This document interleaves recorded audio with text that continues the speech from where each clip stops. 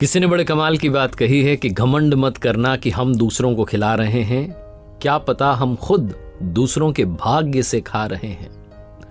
नमस्ते दोस्तों, मैं हूं आरजे कार्तिक। एक रेस्टोरेंट की कहानी जहां का नाश्ता बड़ा फेमस था। सुबह सुबह वहां बहुत भीड़ आती थी और उस भीड़ में एक आदमी आता था, चुपके से नाश्ता लेता था, खाता था और बिना पैसे दिए निकल जाता था। वहाँ का नाश्ता धीरे धीरे पॉपुलर होता जा रहा था, भीड़ बढ़ती जा रही थी। एक बिजनेसमैन था, उसने आना शुरू किया। पहले दिन उसे नाश्ता अच्छा लगा तो लगातार आने लगा और उसने ये चीज़ नोटिस की कि एक आदमी आ रहा है, चुपके से खा रहा है, निकल जा रहा है, पैसे नहीं दे रहा है। पहले दिन उसे लगा ठीक है भाई, आया होगा कोई।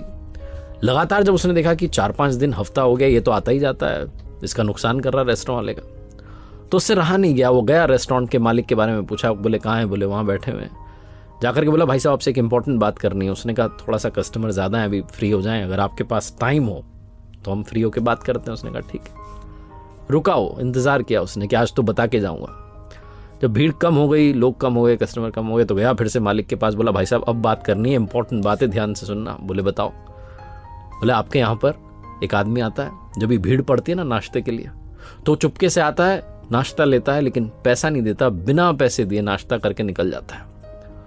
और 1-2 बार होता है तो चल जाता, मैं हफ्ते भर से आ रहा हूं, वो रोज दिखता है, हफ्ते भर से आपका घाटा हो रहा है। तो रेस्टोरेंट वाला मुस्कुराने लगा, बोले भाई साहब आपने बात बताई है साहब, बताने वाले आप पहले इंसान नहीं है, मुझे बहुत लोगों ने बताया।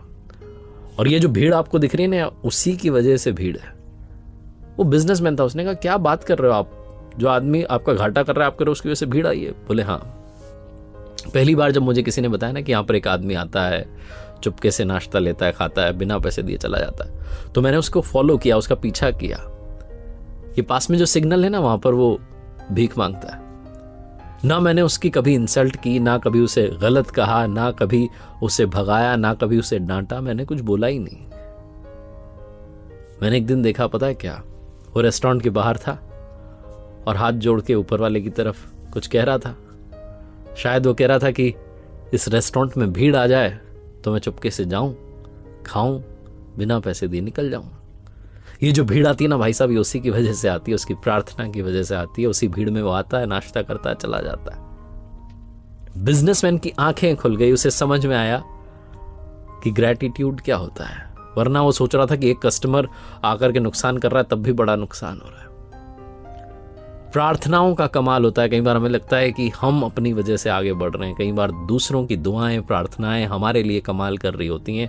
इसलिए लाइफ में सबकी वैल्यू करना शुरू कीजिए, सबके लिए प्यार अपने हृदय में लेकर के आइए, ग्रैटिट्यूड शो करते चलिए, धन्यवाद करते चलिए, आसपास के लोगों का भी और ऊपर वाले का भी। आपको लगता है आप कर रहे हैं, सब कुछ वो कर रहा है।